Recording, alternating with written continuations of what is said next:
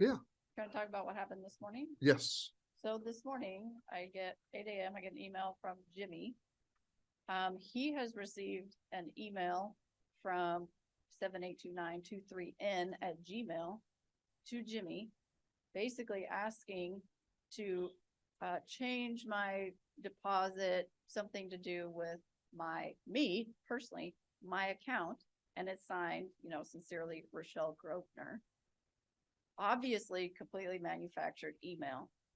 Thank God Jimmy didn't just reply to that email only, because that would have been a disaster. He sent it to my work email and CC'd Lisa Russell and said, she's the one who can change your deposits, whatever. That did not come from me. I don't even have, I wouldn't create an email with 78923n or whatever it was. I'm making that up at Gmail. So I'm a little nervous about the IT in the county that made its way into Jimmy, and he then somehow or another took it serious enough to send it to me and CC'd payroll. Like, well, payroll's the one who can fix this for you. I don't need anything fixed. Everything's fine. I didn't ask for it.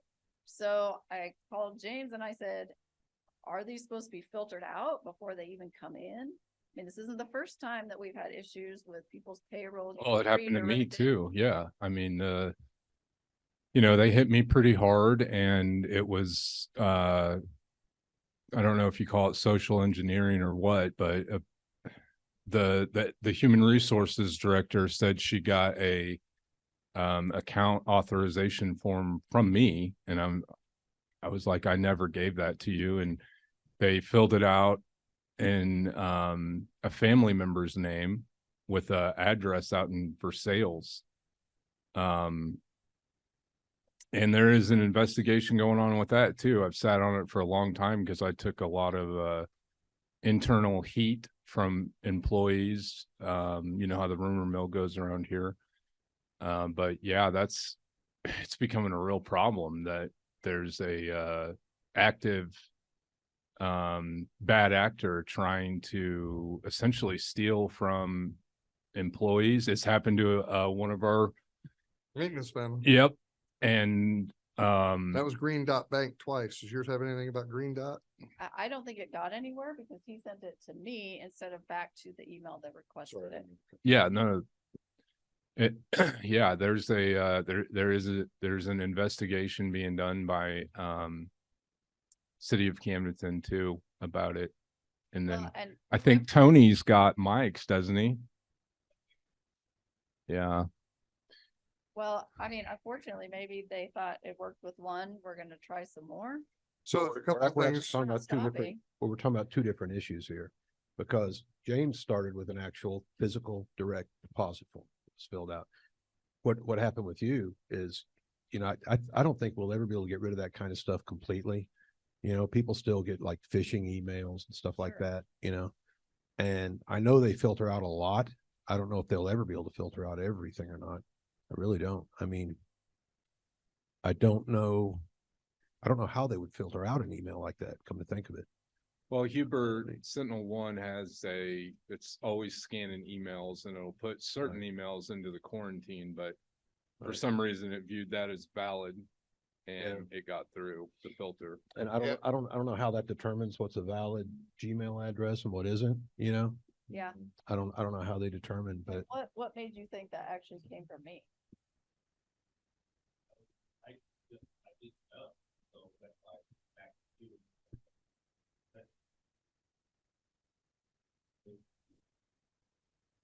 So this,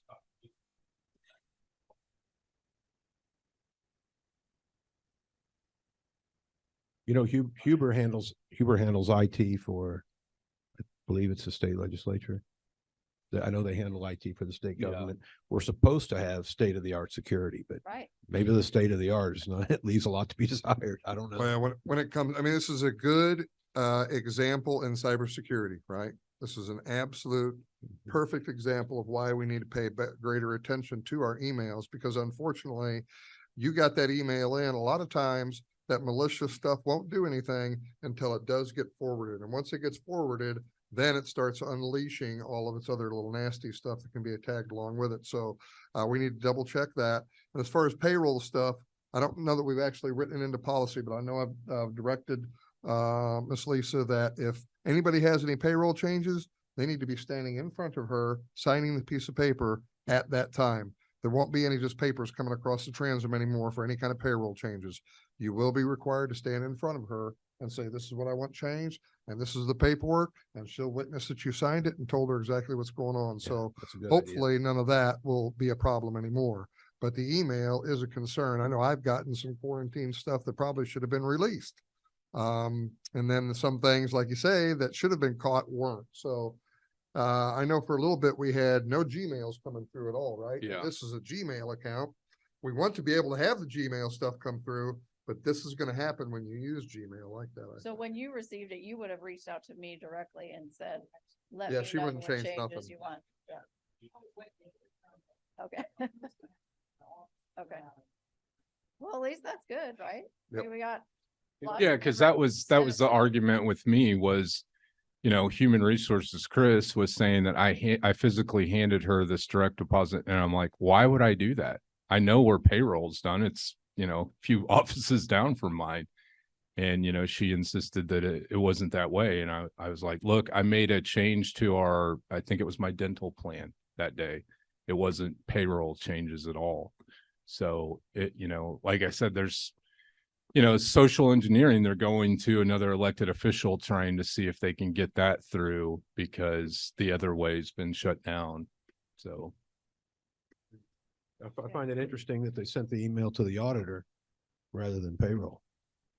They're phishing. They're trying. Apparently, They're throwing something out there how our to see if system, it'll stick. yeah, they don't know how our system works. I mean, the entity that did that probably sent out 1,000 emails that day to all kinds of different organizations. They say that, we were the victim of a ransomware attack about 4 or 5 years ago. And prior to that, we had been told by Huber that we had really good IT security, blah, blah. Well, obviously it wasn't good enough. So we had to set it up so that we're backing up every day, so if there's a future, and some of it is maintained offline with an air gap, so you can't get to the county records through the internet. We do that every day, so the most information you can lose would be 1 day's worth, but I know when that happened, I was really pissed off at first because I was like, I thought we had great IT security. Then I found out that, the same thing has happened to Pentagon, to Equifax, to all kinds of entities that should have top-notch IT security, But what I found out during that was that hackers, people that do this kind of stuff, they kind of know that governments, especially rural governments, usually don't have really good IT security. Huh. Hopefully it gets better, but we thought ours was great, but it apparently wasn't good enough. Do you still have that original email? Could you forward that to Rick Hunnell, and tell him, what it is, and maybe they can trace it back and block that IP address or something. Very good. Sorry to Okay. take up all your time. No, do you have Appreciate it. anything else? That's it. Thanks. All right, so we're All going to right, be thank able you. to reallocate the funds that are in your budget for this position that you've hired. We'll still have room for the investigator. If we have to amend that budget, I suppose we'll do it. And then the 150 grand for the victim advocate, we'll look at that and double check that grant's only 50 grand and cut that in revenue line down to 50, right?